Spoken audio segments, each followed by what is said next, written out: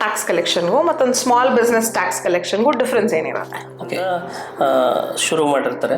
So ಅವ್ರು ಶುರು ಮಾಡಿದಾಗ ಫಾರ್ ಎಕ್ಸಾಂಪಲ್ ಪ್ರೊಪ್ರೈಟರ್ಶಿಪ್ ಇದ್ದಾಗ it is as good income ಟ್ಯಾಕ್ಸಲ್ಲಿ ಅದರ ಪ್ರಕಾರ ಟ್ಯಾಕ್ಸ್ ಮಾಡ್ತಾರೆ. ಬಟ್ ಸ್ಮಾಲ್ ಬಿಸ್ನೆಸ್ಸಿಗೆ ಈ ಥರ ಟ್ಯಾಕ್ಸ್ ಆಗುತ್ತೆ, ಅವ್ರ ಮೇಲೆ ಟ್ಯಾಕ್ಸೇಷನ್ ಇದನ್ನಾಗುತ್ತೆ. Only thing is start. Follow us for more, subscribe ಮಾಡಿ. ಕಾನ್ವರ್ಸೇಷನ್ ನಮ್ಮ company secretary sir Harshavardhan Boratti ಅವ್ರ ಜೊತೆ. ಲಾಸ್ಟ್ ಎಪಿಸೋಡ್ನಲ್ಲಿ ನಾವು ಮಾತಾಡಿದ್ವಿ what is a startup, what benefits government ಕೊಡುತ್ತೆ ಅವರಿಗೆ ಅಂತ. But if you are interested to register a startup, ಏನೇನು ಫಾರ್ಮ್ಯಾಲಿಟೀಸ್ನ ನಾವು ಫಾಲೋ ಮಾಡಬೇಕಾಗುತ್ತೆ, ಯಾವ್ಯಾವ ರಿಜಿಸ್ಟ್ರೇಷನ್ಸ್ ತಗೋಬೇಕಾಗುತ್ತೆ? So, registration of any business is a process. So, it has to be in a sequential order. So ಏನಾಗುತ್ತೆ, ಈಗ ಫಾರ್ ಎಕ್ಸಾಂಪಲ್ ಒಂದು business register ಮಾಡಬೇಕಂದ್ರೆ ಫಸ್ಟ್ ನಿಮ್ಮ ಥಾಟ್ ಬರೋದೆ ಏನು ಹೆಸರಿಡಬೇಕು ಅಂತ. Right, what is the name of a business. ಈಗ ಹೆಸರಿಡೋದ್ರಲ್ಲಿ there are certain things which needs to be considered. For example, ಈಗ ನೀವು ಯಾವುದೇ ಬಿಸ್ನೆಸ್ನ ಒಂದೊಂದು ಹೆಸರು ಇಡ್ತೀರಿ ಅಂತಂದರೆ it should be very unique. ಯಾಕೆ ಯೂನಿಕ್ ಆಗಿರಬೇಕು ಅಂತಂದರೆ, ಒಂದು, ನೀವು ಎಕ್ಸಿಸ್ಟಿಂಗ್ ಕಂಪ್ನಿ ಜೊತೆ ನೀವು ಅವ್ರ ಬ್ರ್ಯಾಂಡ್ ನೀವು ಟೆಫ್ಟ್ ಮಾಡಿರೋ ಥರ ಆಗಿರಬಾರ್ದು ಒಂದು. ಎರಡನೇದು, ನಿಮ್ಮ ಪ್ರಾಡಕ್ಟನ್ನು ಬೇರೆದವರು ಟೆಫ್ಟ್ ಮಾಡಬಾರ್ದು ಅನ್ನೋದಕ್ಕೆ, ಅಂದರೆ ಇಂಡಿವಿಜುವಲ್ ರಿಕಗ್ನಿಷನ್ ಇರಬೇಕು ಅನ್ನೋದಕ್ಕೆ there is something called trade mark registration. Okay, so first we suggest trade ಮಾರ್ಕಲ್ಲಿ ಸರ್ಚ್ ಮಾಡ್ಕೊಳ್ಳಿ. ಯಾರಾದರೂ ಎಕ್ಸಿಸ್ಟಿಂಗ್ ನೀವು ನೇಮ್ ಸೆಲೆಕ್ಟ್ ಮಾಡಿರೋದು ಯಾರಾದರೂ ಆಲ್ರೆಡಿ ಯೂಸ್ ಮಾಡ್ತಿದಾರಾ ಇಲ್ವಾ ಅಂತ. ಯೂಸ್ ಮಾಡ್ತಿಲ್ಲ ಹೇಗೆ ಗೊತ್ತಾಗುತ್ತೆ? So we will help them out. There is a government department, ನಾವು ಪಬ್ಲಿಕ್ ಸರ್ಚ್ ಅಂತ ಮಾಡ್ತೀವಿ.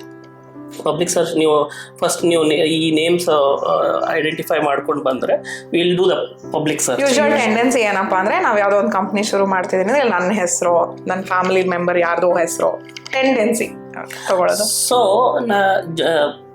ಜನರಲ್ ನೇಮ್ನ ಅವಾಯ್ಡ್ ಮಾಡಿ ಅಂತ ಹೇಳೋದು. ಯಾಕೆ ಅಂತಂದರೆ, ನೀವು ಬಿಸ್ನೆಸ್ ಅಂತಂದಾಗ it should create a brand for you. So individual names ಅಂತ ಬಂದಾಗ ಏನಾಗುತ್ತೆ, human names cannot be branded. So until and unless you are icon of that industry, right? And ಅದು ರಿಜಿಸ್ಟ್ರೇಷನ್ ನಿಮಗೆ ಇಮಿಡಿಯೇಟ್ಲಿ ಆಗಲ್ಲ. ಅಟ್ ಅ ಸ್ಟಾರ್ಟಿಂಗ್ ಪಾಯಿಂಟಲ್ಲಿ you should keep on engaging in that business using your name or your identity as a brand. Okay, so ಸ್ಟಾರ್ಟಪ್ಸಿಗೆ unique unique ಇರೋ ನೇಮ್ಸನ್ನು ಆರಿಸ್ಕೊಳ್ಳಿ ಅಂತ ನಾವು ಸಜೆಸ್ಟ್ ಮಾಡ್ತೀವಿ. ಅದು ಚೆಕ್, ಕಾನ್ಫ್ಲಿಕ್ಟ್ ಚೆಕ್ ಅಂತ ಟ್ರೇಡ್ ಮಾರ್ಕ್ ವೆಬ್ಸೈಟ್ ಅಂತ, ಟ್ರೇಡ್ ಮಾರ್ಕ್ ರಿಜಿಸ್ಟ್ರಿ ಅಂತ ಇದೆ ಇಂಡಿಯಾದಲ್ಲಿ, ಗೌರ್ಮೆಂಟ್ ಆಫ್ ಇಂಡಿಯಾ ರಿಜಿಸ್ಟ್ರಿ ಅದು. ಅಲ್ಲಿ ಕಾನ್ಫ್ಲಿಕ್ಟ್ ಚೆಕ್ ಮಾಡಿಸ್ಕೊಂಡಾಗ ನಿಮ್ಗೆ ಗೊತ್ತಾಗುತ್ತೆ ಇದು ನೀವು ಆಯ್ಕೆ ಮಾಡಿರೋ ನೇಮ್ ಯೂನಿಕ್ ಆಗಿದೆನೋ ಇಲ್ವೋ ಅಂತ. ಯೂನಿಕ್ ಆಗಿದ್ರೆ you please go with that name. Okay, so first name ಇದನ್ನಾಯಿತು. Then next one is structure. ಈಗ ಕೆಲವರಿಗೆ ಸ್ಮಾಲ್ ಪ್ರೊಪ್ರೈಟರ್ಶಿಪ್ ಬಿಸ್ನೆಸ್ ಆದರೆ ಸಾಕಾಗಿರುತ್ತೆ, ಇನ್ನು ಕೆಲವರಿಗೆ ಪಾರ್ಟ್ನರ್ಶಿಪ್ ಬೇಕಾಗುತ್ತೆ, ಇನ್ನು ಕೆಲವರಿಗೆ ಪ್ರೈವೇಟ್ ಲಿಮಿಟೆಡ್ ಬೇಕಾಗುತ್ತೆ, ಇನ್ನು ಕೆಲವರಿಗೆ LLP ಅಂದರೆ ಲಿಮಿಟೆಡ್ ಲಯಬಿಲಿಟಿ ಪಾರ್ಟ್ನರ್ಶಿಪ್ ಅಂತ. ಟು ಅಂಡರ್ಸ್ಟ್ಯಾಂಡ್, ಈಗ ನಮಗೆ ಸಿಂಗಲ್ ಇಂಡಿವಿಜುವಲ್ ಬಿಸ್ನೆಸ್ ಅರ್ಥ ಆಗುತ್ತೆ, ಪಾರ್ಟ್ನರ್ಶಿಪ್ ಟು ಅನ್ ಎಕ್ಸ್ಟೆಂಡ್ ಅರ್ಥ ಆಗುತ್ತೆ. What is this private limited ಆಗೋದಕ್ಕೆ ಒಂದು company, what is the set of rules and so private limited company register ಮಾಡಬೇಕಂದ್ರೆ name it will be the same process. Ministry of corporate affairs ಅಂತ ಇದೆ. So ministry of corporate ಅಫೇರ್ಸಲ್ಲಿ ನೀವು register ಮಾಡ್ಕೋಬೇಕು. So register ಮಾಡ್ಕೊಳ್ಳುವಾಗ ನಿಮಗೆ there are certain formalities and documents which are required. Individual PAN, Aadhaar, ಇದು normal KYC documents ಏನಿದೆ ಅದು ಬೇಕಾಗುತ್ತೆ. ಅದನ್ನು ತೊಗೊಂಬಂದು ನೀವು ಬೈಲಾಸ್ ಎಲ್ಲ ಡ್ರಾಫ್ಟ್ ಮಾಡಿಕೊಂಡು ರಿಜಿಸ್ಟ್ರೇಷನ್ ಅಪ್ಲಿಕೇಶನ್ ಅಂತ ಮಾಡಿಕೊಂಡ್ರೆ then ministry of corporate affairs will give you a certificate of incorporation, ಅಂದರೆ ಸರ್ಟಿಫಿಕೇಟ್ ಆಫ್ ರಿಜಿಸ್ಟ್ರೇಷನ್. ಅದು ಬಂದಾದಮೇಲೆ ನಿಮ್ಮದು ಪ್ರೈವೇಟ್ ಲಿಮಿಟೆಡ್ ಕಂಪ್ನಿ ಅಂತ ಎಕ್ಸಿಸ್ಟೆನ್ಸಲ್ಲಿ ಬರುತ್ತೆ. ಓಕೆ, ಸೊ ಯಾ LLP ಅಂತಂದರೆ it is also administrated by ministry of corporate affairs. LLP is nothing but advantages of private limited and flexibility of a ಪಾರ್ಟ್ನರ್ಶಿಪ್ನ ತಗೊಂಡು LLP ಮಾಡಿ ಇರೋದು. So this registration is also similar to private limited company only and that is also given by the ministry of corporate affairs. So ಒಂದು ಹೆಸರು finalise ಆಯಿತು ನಮ್ಮ ಬಿಸ್ನೆಸ್ಗೆ ಅಂದಾಗ what next? So business ಇದನ್ನ ಆದ ತಕ್ಷಣ ನೆಕ್ಸ್ಟ್ ಡಿಜಿಟಲ್ ಸಿಗ್ನೇಚರ್ಸ್ ಅಂತ ತಗೋಬೇಕಾಗುತ್ತೆ. ನೀವು ಹೀಗೆ ಹೆಂಗೆ ಎಲ್ಲ ಡಾಕ್ಯುಮೆಂಟ್ಸಿಗೆ ಫಿಸಿಕಲ್ ಸಿಗ್ನೇಚರ್ ಮಾಡ್ತೀರಿ, ಯಾವುದೇ ಗೌರ್ಮೆಂಟ್ ಡಿಪಾರ್ಟ್ಮೆಂಟಿಗೆ ಈಗ ಅಪ್ಲಿಕೇಶನ್ ನೀವು ಕೊಡಬೇಕು ಅಂದರೆ ಡಾಕ್ಯುಮೆಂಟ್ ಸಿಗ್ನೇಚರ್ ಬೇಕಾಗುತ್ತೆ. ಇವಾಗ ಗೌರ್ಮೆಂಟ್ ಆಫ್ ಇಂಡಿಯಾ ಎಲ್ಲ ಆನ್ಲೈನ್ ಮಾಡಿರೋದ್ರಿಂದ so digital signature is very important. So this digital ಸಿಗ್ನೇಚರ್ನ government of India nominated authorities ಮಾತ್ರ ಸೆಕ್ಯೂರ್ಡ್ ಎನ್ವಿರಾನ್ಮೆಂಟ್ ಅಲ್ಲಿ ಇಶ್ಯೂ ಮಾಡ್ತಾರೆ. ಸೊ ಅದನ್ನ ನೀವು ತಗೋಬೇಕು. It is and you should keep it in your safe custody. It is as good as your physical signature. You can use it for a business transaction also, banking transaction also, and for filing with the government. ನೀವು application ಎಲ್ಲ ಇದನ್ನ ಮಾಡಿ ministry of corporate ಅಫೇರ್ಸ್ಗೆ submit ಮಾಡಿದ್ರೆ then you will get a registration done. Okay, ಆಮೇಲೆ so once the business registration ಆದಮೇಲೆ ನೀವು PAN, TAN and other licences will be there. ಈಗ ಕಾರ್ಡ್, ಎಸ್, ಪ್ಯಾನ್ ಕಾರ್ಡ್ ಬೇಕಾಗುತ್ತೆ, ಟ್ಯಾನ್ ಅಂತ ಬರುತ್ತೆ, and shops and commercial establishment registration ಅಂತ ಬರುತ್ತೆ. So there are different registration depending upon which industry you are operating in ಅಂತ. ಈಗ ಯಾವುದೇ ಒಂದು ಚಿಕ್ಕ ಪ್ರೈವೇಟ್ ಲಿಮಿಟೆಡ್ ಕಂಪ್ನಿಗೆ ಕಾಮನ್ ಆಗಿ ಬರೋ ರಿಜಿಸ್ಟ್ರೇಷನ್, ಫಸ್ಟ್ ರಿಜಿಸ್ಟ್ರೇಷನ್ ಅಂದ್ರೆ certificate of incorporation, that too with the ministry of corporate ಅಫೇರ್ಸ್ಗೆ. ಅದಾದಮೇಲೆ ನಿಮ್ಮದು ಈ ಕರ್ನಾಟಕದಲ್ಲಿ ನೀವು ಕಂಪ್ನಿ ರಿಜಿಸ್ಟರ್ ಮಾಡಿದರೆ shops and commercial establishment act ಅಂತ ಇದೆ. ಸೊ ಕರ್ನಾಟಕದಲ್ಲಿ ಬಿಸ್ನೆಸ್ ಆಪರೇಟ್ ಮಾಡುತ್ತಿರೋದ್ರಿಂದ, ನೀವು ಎಂಪ್ಲಾಯ್ಮೆಂಟ್ ಕೊಡೋ ಉದ್ದೇಶದಿಂದ ಆಪರೇಟ್ ಮಾಡ್ತಿರೋದ್ರಿಂದ shops and commercial establishment registration ತಗೋಬೇಕಾಗುತ್ತೆ. ಅದಾದಮೇಲೆ ನಿಮ್ಮ ಬಿಸ್ನೆಸ್ಸಲ್ಲಿ ನೀವೇನಾದರೂ ಎಕ್ಸ್ಪೋರ್ಟ್ ಪ್ಲ್ಯಾನ್ ಮಾಡ್ತಾ ಇದ್ರೆ then import and export code ಅಂತ ಇರುತ್ತೆ. That is given by the central government. So IEC code ಅಂತ ನಾವು ಶಾರ್ಟ್ ಫಾರ್ಮಲ್ಲಿ ಕರಿತೀವಿ. ಸೊ IEC ಕೋಡಿಗೆ ಅಪ್ಲೈ ಮಾಡ್ಕೊಬೇಕು. ಸೊ ಇವಾಗ ಯಾವುದೋ ಪ್ರಾಡಕ್ಟ್ನ ನಾವು ಆನ್ಲೈನಲ್ಲಿ ಸೇಲ್ಸ್ ಮಾಡ್ತೀವಿ, people from corner of the world can also buy it ಅಂದ್ರೂ ನಾವು ಇಂಪೋರ್ಟ್ ಆ್ಯಂಡ್ ಎಕ್ಸ್ಪೋರ್ಟ್ ಅಡಿಯಲ್ಲಿ ಬರ್ತೀವ? ಹೌದು. ಸೊ ಕಾಮರ್ಸ್ ಅಂತ ಇದು ಬರುತ್ತೆ. ಕಾಮರ್ಸ್ ಗೈಡ್ಲೈನ್ಸ್ ಬೇರೆ ಇರುತ್ತೆ. ಕಾಮರ್ಸಲ್ಲಿ there are certain separate set of rules and regulation.